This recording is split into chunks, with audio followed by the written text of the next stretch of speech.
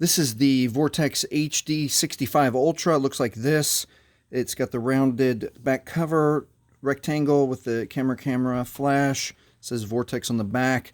And this is the quick and easy way to change your SIM chip or add SD card or check your battery. So the first thing, always have your phone powered off so you don't accidentally touch the screen.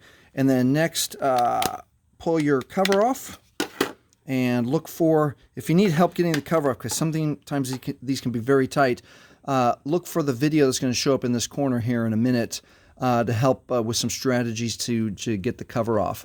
Once you have the cover off, let's go right here. And the cool thing that Vortex does is they put a little tiny switch. It's right there. This is it. You can get your fingernail right on that, and you pull that. Oops, my finger slipped a little bit.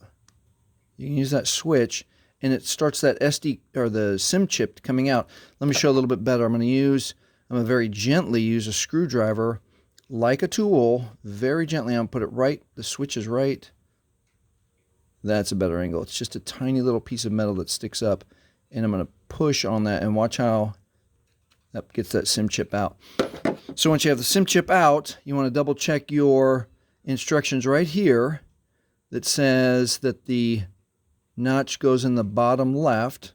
So we want it to look like that. We don't want our SIM chip, we don't want to see metal.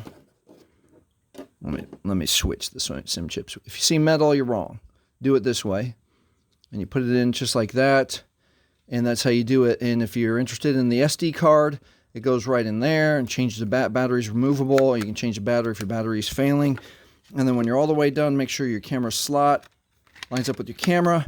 Pinch all the way around. And that is the quick and easy method to change up your SIM chip on your Vortex HD65 Ultra. If this has helped you, please like, please subscribe. Thanks for watching.